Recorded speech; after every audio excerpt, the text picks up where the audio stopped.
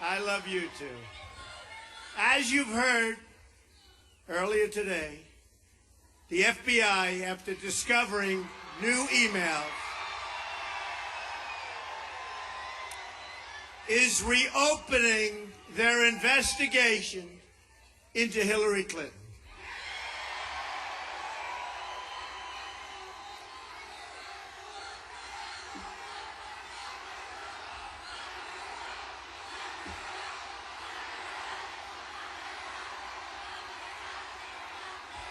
The investigation is the biggest political scandal since Watergate, and it's everybody's hope that justice at last can be delivered.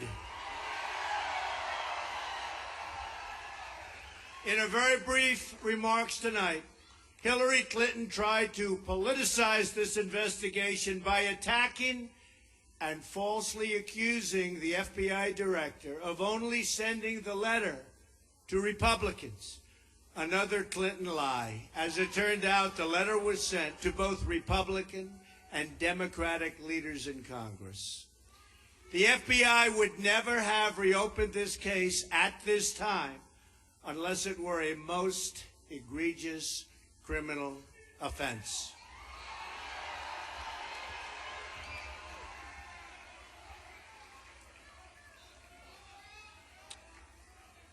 As you know, I've had plenty of words about the FBI lately, but I give them great credit for having the courage to right this horrible wrong. Justice will prevail.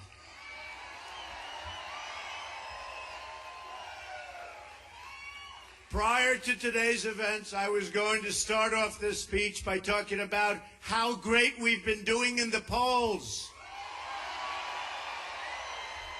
We've been running an issue-based campaign focused on change, accountability, and, of course, repealing and replacing Obamacare. We're campaigning all over the country with a plan to bring back our jobs and provide safety for our families. In recent days, Remington polls, which is highly respected, showed us surging 4 points ahead in Ohio, going 3 points ahead in North Carolina. We're up, according to Bloomberg, at least 2 points in Florida.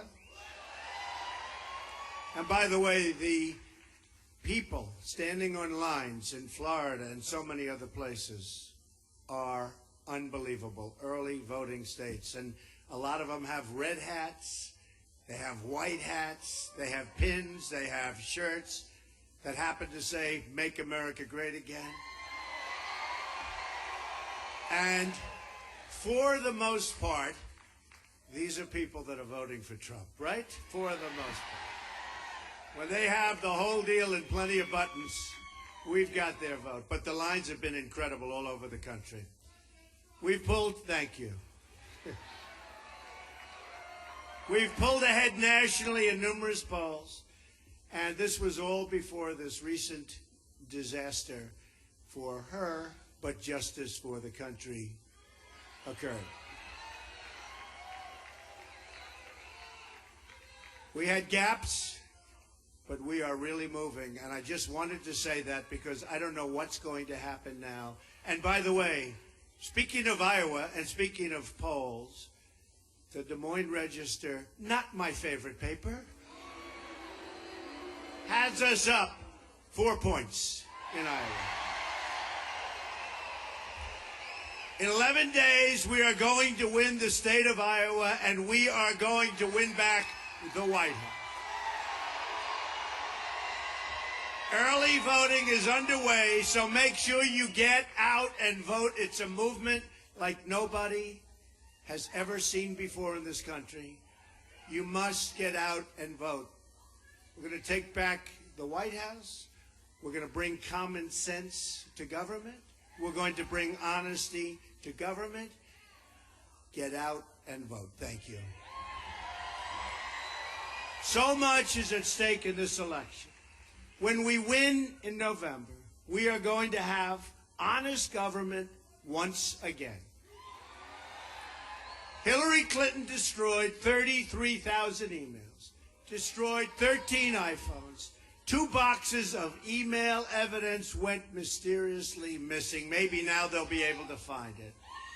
She put her office up for sale to large corporations, donors, and foreign powers. Those same special interests are now spending millions on her campaign in an effort to keep their corrupt grip on power.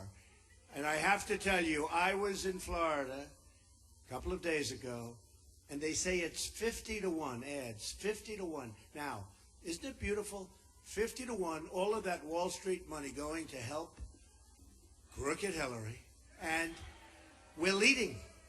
How are you leading when it's 50-1?